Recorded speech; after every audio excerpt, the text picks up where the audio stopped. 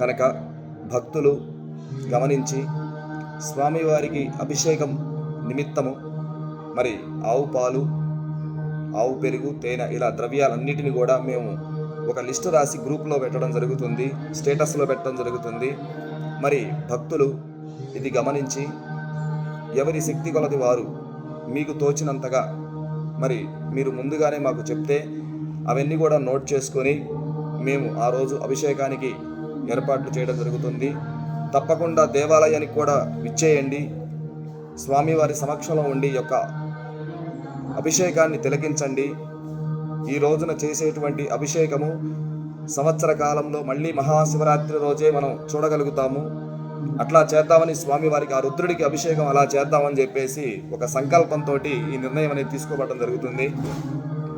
మనం చేసేటువంటి ఈ అభిషేకం చాలా విశిష్టమైనది. మన జీవితంలో ఒక మార్పును తీసుకొచ్చే విధంగా మన గ్రామంలో ఆ పరమశివుడు, సాక్షాత్తు పరమశివుడే మన గ్రామానికి, మన దేవాలయానికి వచ్చి చూసి తరించేలా మనం అభిషేకం చేయాలి అనే సంకల్పంతో మరి అభిషేకాన్ని మేము చేయాలని చెప్పేసి నిర్ణయించాం. కనుక మరి ఈ యొక్క అభిషేకంలో అందరూ పాల్గొనాలి.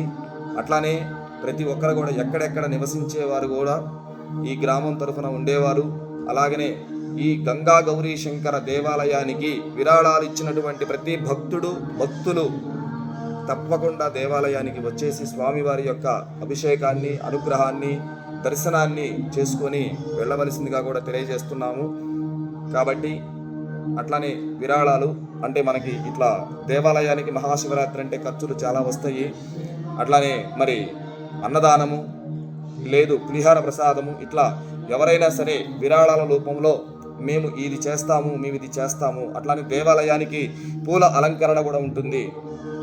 అమ్మవార్లకి, స్వామివార్లకి పూలదండలు ఉంటాయి. ఇట్లా చాలా చాలా ఖర్చులు ఉంటాయి. కనుక మేము ఇది చేస్తామని చెప్పేసి దయచేసి మీ యొక్క వివరాలను ఏదన్నా చెప్తారని చెప్పేసి ఆశిస్తున్నాము.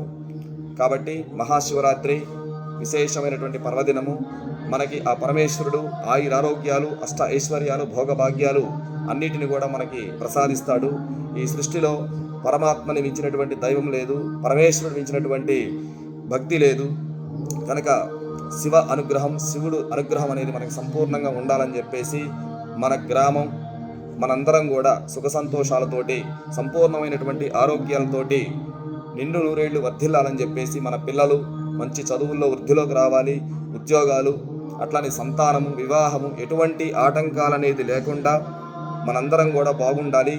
శ్రీ గంగా గౌరీ శంకర దేవాలయ ప్రతి భక్తుడు కూడా అందరికీ వారికి ఆయురారోగ్యాలు, అష్టైశ్వర్యాలు, భోగభాగ్యాలు ప్రసాదించాలని చెప్పేసి కోరుకుంటూ, సర్వే జనా సుఖినో భవంతు, లోకా సమస్తానాం సుఖినో భవంతు.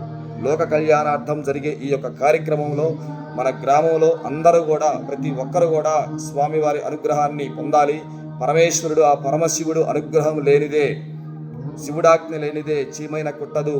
కాబట్టి మనం పరమేశ్వరుడి అనుగ్రహాన్ని సంపూర్ణంగా పొందాలి అని అనుకుంటే తప్పకుండా మహాశివరాత్రి రోజు మనం చేసుకునే అభిషేకము తరించలేనటువంటి అభిషేకం కనుక అందరూ కూడా స్వామివారి అభిషేకంలో పాల్గొనండి.